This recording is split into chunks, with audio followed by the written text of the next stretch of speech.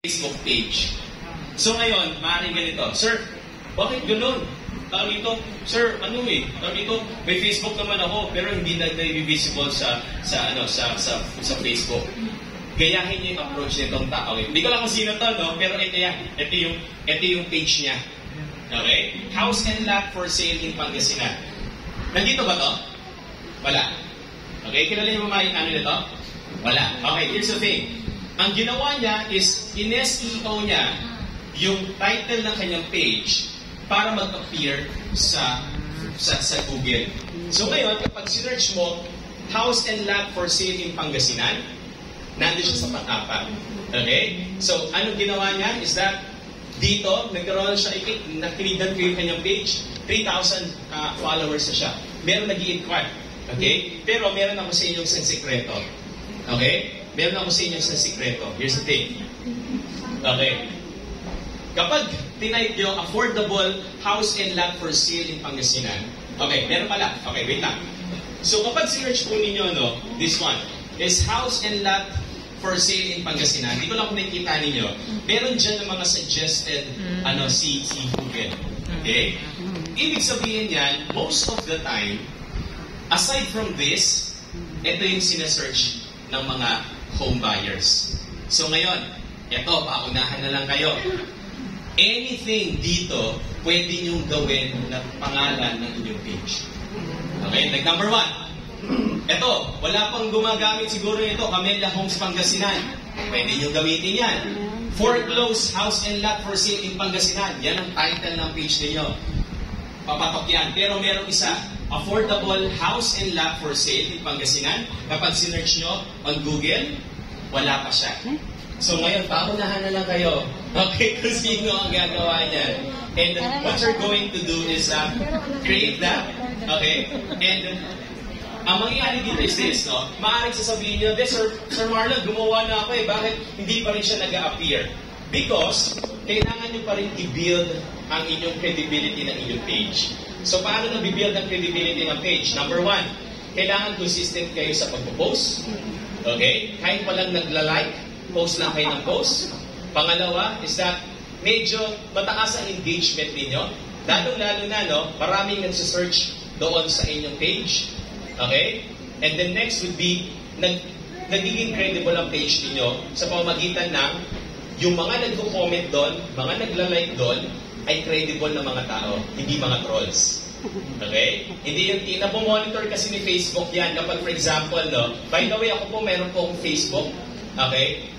Marami na pong likes yun, mga 3. Okay, yung ano ko po yung asawa ko, yung nanay ko, kasi isang poster account. Yung poster account ako din may gawa nun.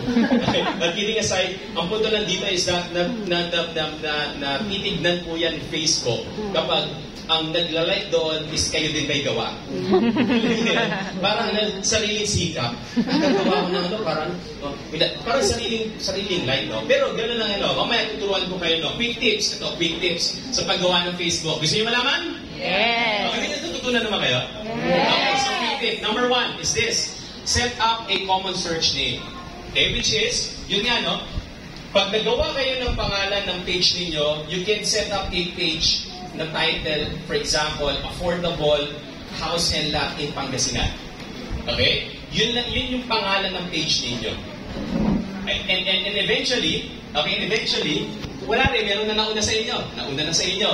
Pwede pa kayong mag-search doon sa sinasabi ko nga, no, na madalas nakikita nyo kapag nag-search kayo, house and lot in Pangasinan, tapos yung mga nandun sa baba na button sa Google, probably yun yung sinasuggest ni Face na yan din ni Google na ito rin yung sinesearch ng iba related doon sa sinesearch mo. Yan ang ibig sabihin nun. So you can use that as your name. So anong nangyayari?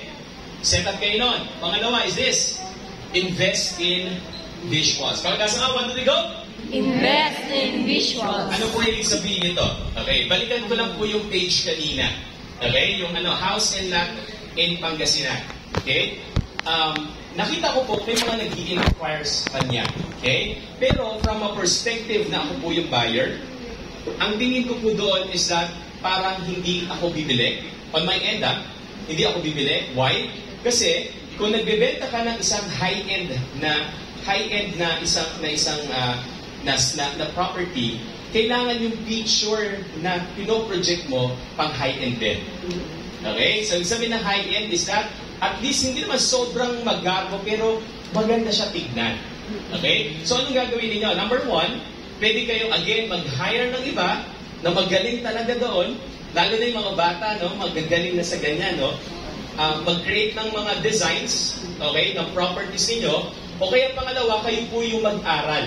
Meron po ko sa inyong app na i-recommend. Pakita sa ninyo, what is that? Canva. Canva.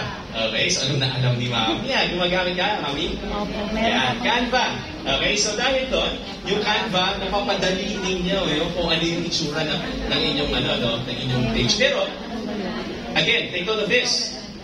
From a perspective, ito sabi ng pag-aaral po, na madalas po, karamihan ng mga nagsisearch sa Facebook or mga home buyers in general ay nasa edad na, karamihan ng mga bumibili ng house and lot at nagsisearch sa online, madalas ang edad nila is between 25 to 35 or 39 to 39. So meaning to say is that mga young professional po ito. So, ang mata ng mga young professional, medyo mataas po ang standard nila pagdating sa design. Nakukuha niyo po yan? So, ngayon, ganito pong gagawin niyo. Kapag nag-grade po kayo ng visual, okay, look up here. Pag nag-grade po kayo ng visual, ipacheck niyo po sa iba na ganun yung edad. Sabihin niyo, tanongin niyo sila, maganda ba yung design ko? Ano yung kailangan kong i-edit dito? Okay? And then, bago nyo yung i-post, yun na. Mas papato kayo. And next, pakita sa 1, 2, 3, go! Maximize hashtag. Yan. Sino gumagamit ng hashtag sa inyo? Yan. Ano pong hashtag ginagamit nyo ba? Yon, affordable homes. What else? Hashtag. Ano ba? Yon, pag-ibig housing, developer. Okay, so ngayon, have many hashtags as many as possible kasi pagdating sa search engine ng Facebook, yun doon sila nagre-rely. Okay, like for example, ako naghahanap ako ng affordable home or affordable house in Pangasinan. Aside from the name of my company, of my Facebook, si Facebook doon siya tumitingin sa hashtag. Okay, so pinapakita doon lahat ng mga nag-hashtag na ganito. Alright, so maximize that as many as you can. And also, okay, this one. This is what I call job right hook. Say it with me. 1, 2, 3, go! Job right hook. Okay, so sino sa inyo nagbo-boxing? Okay, nakapanood na ng boxing? Okay, good. So ano po yung job right hook? Kapag meron po kayong Facebook, pero hindi ko natanong, sino po sa inyo may Facebook pala? May Facebook? Okay. Then I mean, na ginagamit nyo sa pagbibenta ng yan. Good. So, yan. Good. Sige, ganito. Here's the thing. Merong isang principle pagdating sa paggawa ng content sa Facebook, and this is what we call as the job right hook. This one is originated by Gary Vaynerchuk. Isa sa mga investor ng Twitter, ng Facebook, and sinabi niya, if you want to be trending, apply mo lang yung job right hook. Ano yun? Ganito, look up here. Kapag boxing, ang ginagawa ng mga boksingero, nag-jump muna siya. Jump muna. Jump. Lagay niya, jump. Again, jump. And then, anong purpose ng jump? Parang bait. Sorry? Parang pain lang. Yun, pain. What else? Warm up. Okay? Ganito yan. Dalawang purpose ng jump pagdating sa boxing. Number one is that tinatansya mo yung iyong kalaban. Jump. Diba? Tinatansya mo kung gaano ba kataas yung reach niya. And ngayon, kapag natansya na ng boxer, okay, na malapit na po yung kanyang kalaban, kasi mag-jump siya eh. Kasi hindi pa naabot ng kanyang left hand. Okay? Gagawin niya, lalapit pa siya. And then, jump pa siya. Okay? And then, kapag nakapa na ng kanyang the gloves. Okay? Nung kanyang jab, doon na siya biglang mag-right hook. Okay? So, paano natin ma-apply ito sa digital marketing? Ang job right hook, ibig sabihin nun, is that yung right hook is the selling. Ang punto is this, huwag ka munang magbebenta. Ngayon, pansin nyo, yung mga taong ang post puro benta ng benta, anong pakiramdam ng mga friends nila? Nakakasawa, boring, magbibentahan na naman ako. Kaya magugulat ka, di ba? Pag meron kayong kaibigan, puro kayo benta ng benta sa Facebook, tapos bigla kayo nag-message sa kanya, "Uy, Mare, kamusta ka na?" Hindi ka na rin i-replyan. Anong nasa isip niya? Mahal lang ako nito. Gets yun? Gets yun? So, ibig sabihin nito is this. Look here. Mag-jump muna kayo. Okay? Jump. Ano yung mga jump? Ibig sabihin nito is this. In a simple, is that give,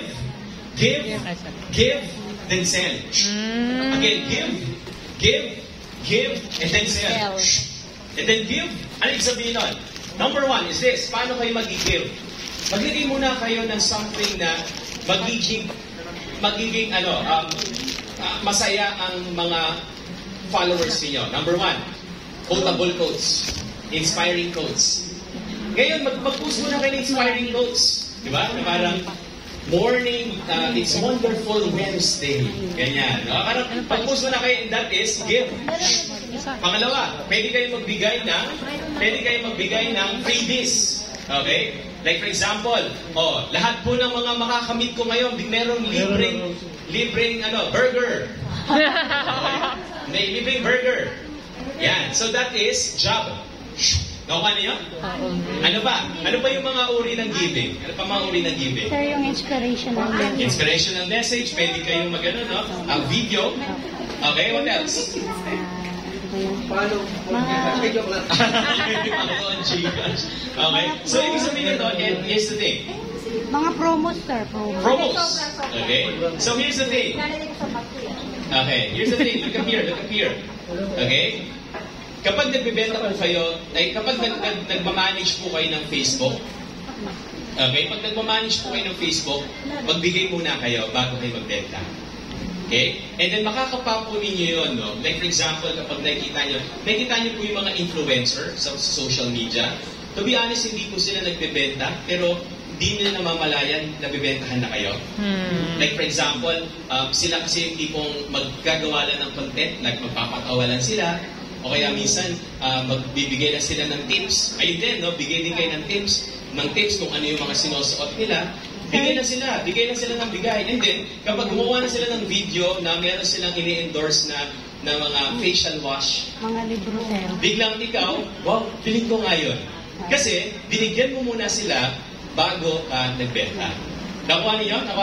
So, ganun din, no? So, like for example, in a particularly sa inyo pong industriya, pwede po kayo magbigay ng tips kung paano makapag-loan sa bangko, magbigay ng tips kung paano po yung proseso sa pag-ibig.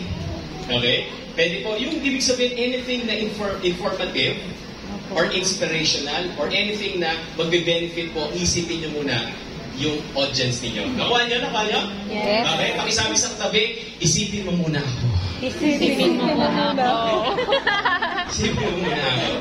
Alright? And also, ito pa, take note of this. No?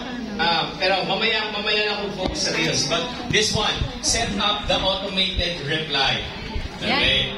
Okay, mamaya na yung Reels daw. Dito muna tayo. Set up your automated reply. So ano po yung sabihin nito? Ang ganda-ganda ng page ninyo. Ang ganda-ganda ng photo. Pero ang bagal mag-reply. Okay? So ngayon, sa Facebook, meron ng automated reply. Okay? So you can set up that, no? Yun na yung tipong, make it personalized. Kasi meron din yan na parang first name. Parang, hello, Marlon. Thank you for ganyan, blah, blah, blah. I hope that I will be able to reply to you within the day. I'm just out of town. Ganyan. Pero, akala nila, ikaw yun, no? Pero sa totoo lang, automated pala siya. Alright? So here's the thing. You can use that kasi minsan ang gusto lang ng client is that kapag nandun siya, meron nang kakausap sa kanya. Di ba? Pasin niyo to. Like for example, nasa bangko po kayo. Okay? Tapos meron kayong tanong. Tapos walang pumapansin sa inyo sa loob ng bangko. Anong pakiramdam? Nakakainis, di ba? Ganon din ang pakiramdam ng mga kliyente ninyo, prospects ninyo, na nasa page ninyo, tapos walang pumapansin sa kanila. So, the moment na nag-message sila, hello, meron automatic reply. Kahit AI siya. Okay? Kahit na automated siya. Okay? On my page, meron ako nakalagay po doon na dinidisclose ko na yung aking automated response ay automated response siya. Okay? Kasi una, alam naman talaga nila na automated yon. Okay? Pero, sinasabi ko doon sa aking automated response is that I will get back to you as soon as I have read your message. So, ibig sabihin, meron nang dating sa kanila na babasahin yung message ko. Nakuha niya?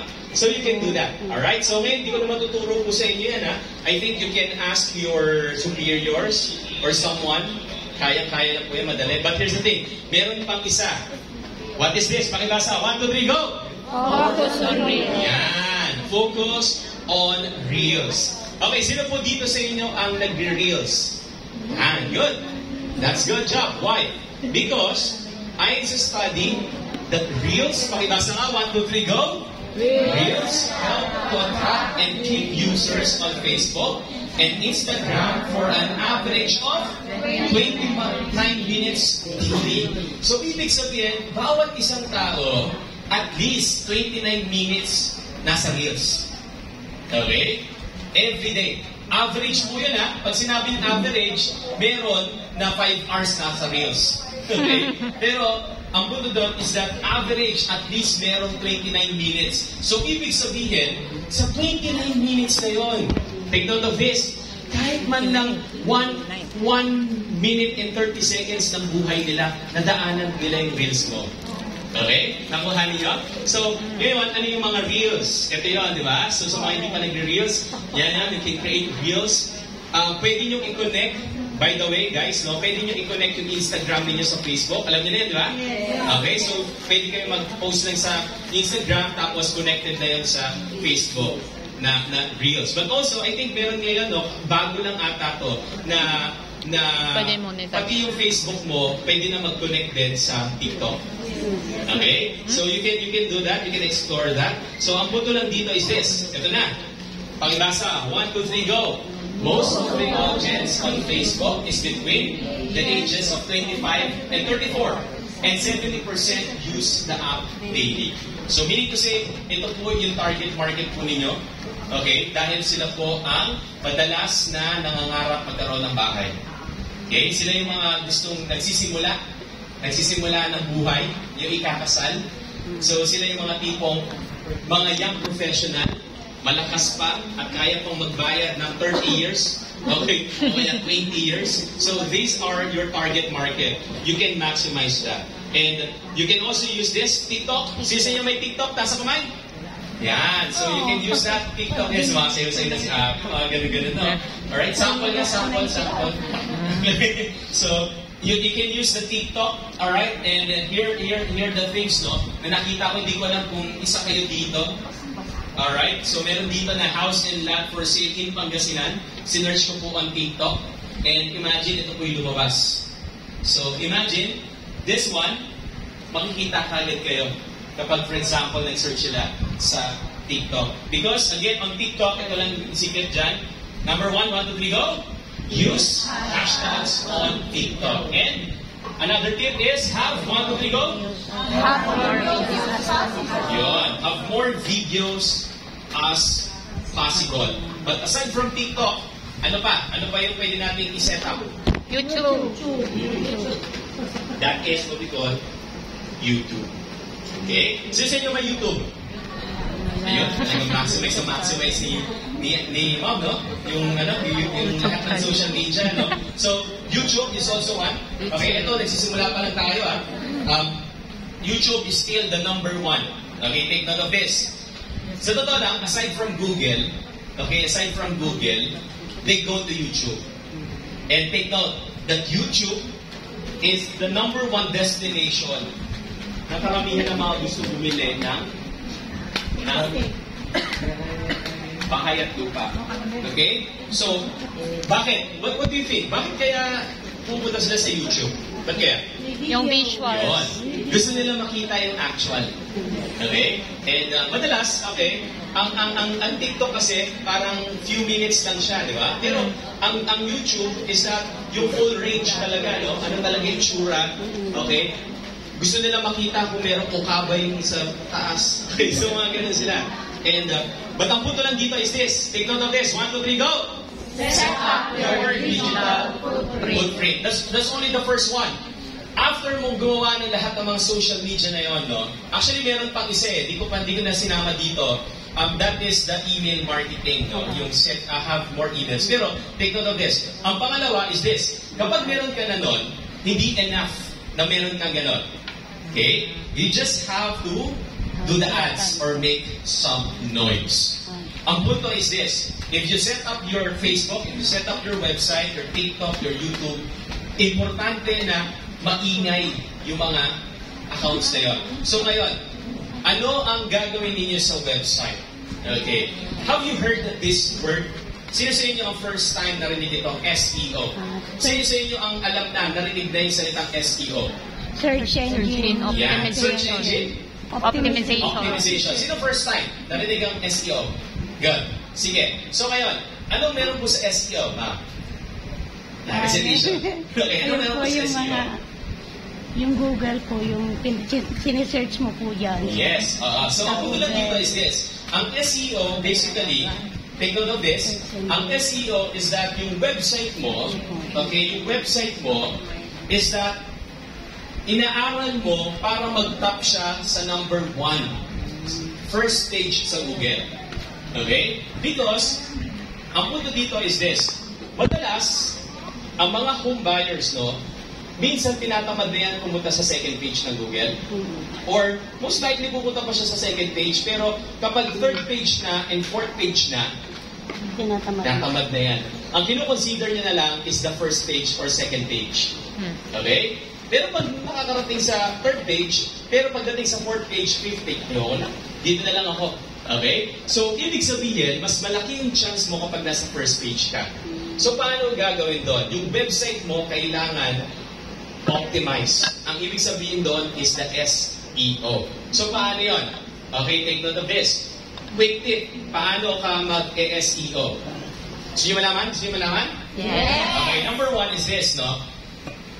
Consultant SEO expert. Okay? So, ito, may bayad na naman to. Okay? Sasabihin ko sa inyo, if you're a businessman, talagang kailangan nyo mag-invest na mag-invest. Alright? So, consultant SEO expert. Sabihin, meron talagang mga tao na ang expertise nila is this one. Gawing number 1 ang iyong website. Okay? Sa Google. Alright? So, that's one. Pero, eto, magastos. Okay, magastos. Pero, kapag kayo inaral nyo na on your own, ito yung pwede nyo gawin. Kapag kayo gumawa ng website, maximize links. What is links? Ganito, take note of this. Para mag-rank ang inyong website, is that meron kayong internal at external link. Ano yung sabihin nito? Sa loob ng sa website ninyo, punta muna tayo sa external link. Kunwari, may website kayo. Ang website ni ma'am, for example, is that pangasinanhome.com, for example. Okay, yun yung website niya. Meron akong website na kinreate. Ang website ko is that cavitehome.com, for example. Ngayon, kapag gumawa ako ng link, okay, na ang pangalan is that if you are looking for example, if you're looking for a house and lot in Pangasinan, click here. Tapos yung word na house and lot in Pangasinan, nakalink siya papunta doon sa website ni ma'am. Okay? Ngayon, para mas tumaas yung ang iyong page, no, ang iyong website, ika-counter link niya din yun. Ibig sabihin, nilink ko yung website niya, i-link niya din yung website ko, nagtutulungan kami, tumataas yung visibility namin. Nagiging credible yung page. That is what we call external link. Ngayon, meron tinatawag na internal link. Ano yung internal link? Gagawa ka ng vlog sa loob ng website mo. Sa loob ng website mo, for example, meron kang vlog na affordable house in Pangasinan. Ganyan. Tapos meron kang article Okay? Ang gagawin mo is that meron kang link na i-highlight doon, and then, ililink mo siya doon sa isa pang blog mo na nasa loob lang din ng website. Okay? So, ang thing is this. Kapag nag-search sila, click lang yon at doon tumataas yung credibility ng website. Nakuha niyo ba? Nakuha niyo? So, doon tumataas yung credibility ng website. Another thing is this. Okay. Pakibasa. 1, 2, 3, go! Learn copywriting and have blogs. So, ganito. Take note of this. Hindi enough lang na gumawa kayo ng website. Okay? So, kung gusto ninyo na tumaas ang rank ng inyong website, okay? Yan na. Naiinit no? Wow. Buti naman. Pwede ba tanggalin nyo nilang sa para hindi maingay? Sa plastic. Para hindi maingay ka Okay lang? Okay lang. Sige. Pakitanggal lang sa sa plastic. Kapag. Yan. Yan. Ilagay na lang, pakitanggal na lang sa plastic. Yes. Okay, so pakitanggal na lang po sa plastic mga yan. Para medyo, okay. Going back, no? Again, hindi enough po na meron lang po kayong website. Okay, so importante na with your website, gumagawa din po kayo ng mga vlogs. Sino po yung mga website na? Wala pa, no? Wala pa? So ganito, kapag gumawa po kayo ng website, gumagawa po kayo ng vlogs. Ano po yung mga vlogs? Yun po yung mga articles na informative. Like for example, is that ang highly search, for example, highly search sa Google, may kita nyo naman po yan. Gumamit na po kayo ng, incognito. Yeah, incognito na browser. And then, i-search nyo lang po doon yung mga highly search. Like for example, question like, how to apply for pag-ibig. Something like that. Okay? So, gawa lang po kayo ng article kung paano po mag-apply sa pag-ibig.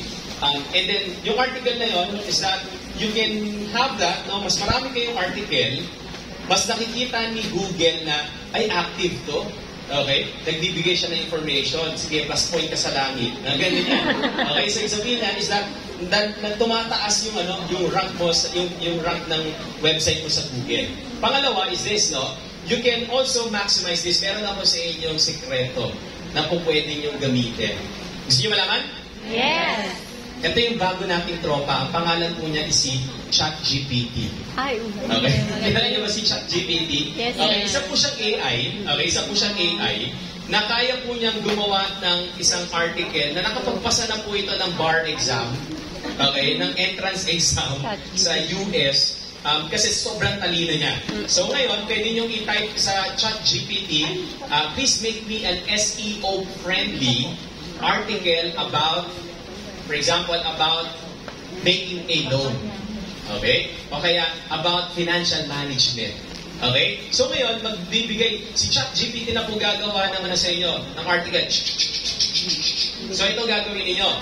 Okay? Take note of this. Huwag niyo po ika-copy-paste. Okay? Ang tamad na tao, kina-copy-paste na lang yon. Ang gagawin nyo is that, babasahin nyo siya, and i-revise nyo siya, okay? Na para at least, i-rephrase nyo siya na naayon, okay, sa inyo. Okay? Na kung paano kayo magsalita, paano kayo magano, ayun po yung tamang paraan. Okay? Pero, again, sa US, ini-encourage na nila na gumamit ng AI yung mga copywriter. Artificial intelligence. So, ibig sabihin is this, no? Pinapa-work smart na. Pero, take note of this, i-revise nyo po, i-rephrase nyo po yun. Kasi, maaring ano po kayo, no? Like yung mga copyright law, something like that. Parang meron. So pwede din kayo gumamit ng panibagong meron pang isa na pwede nyo maximize. Although may bayad po ito, yung tinatawag na Killbot. Killbot, as in Q-U-I-L-B-O-T. Killbot. Alright? So with that, makaka-create kayo ng mga blogs and articles. Sobrang dali. Okay? Sobrang dali. And with that, makaka-create kayo ng maraming keywords. Because again, pagdating sa SEO, pakibasa nga, 1, 2, 3, go! Have more relevant keywords. Dapat sa loob ng website ninyo, sa inyo po, merong word na affordable housing, merong word madalas na house and lot in Pangasinan. Merong paulit-ulit na salita na gano'n. Okay?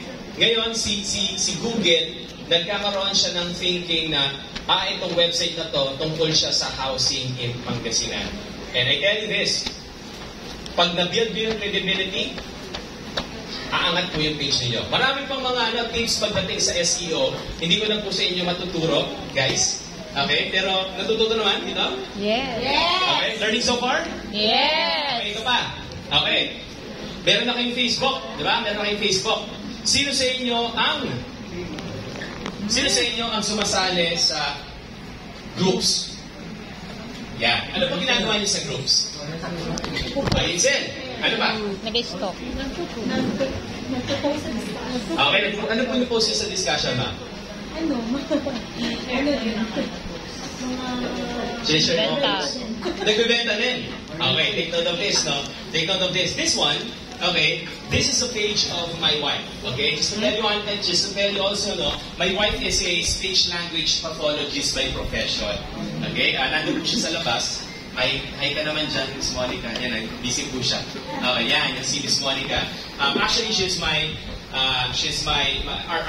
our operations manager in business. Pero, by profession, she's a speech language pathologist. And there are only less than 1,000 in the Philippines. And first time silang nag-oath taking dito sa Manila Hotel ng kanilang, what we call this one, first PRC accredited na sila, no? Sobrang talino ng asawa ko, by the way. Asawa ko po, consistent valedictorian from elementary, high school, UP. So sobrang talino po niyan, ako po yung pinili niya. Hindi, joke lang. So, pero ang punto ko lang po dito is that something that she loves doing is also helping the people with disabilities, mga kids, yung mga may autism.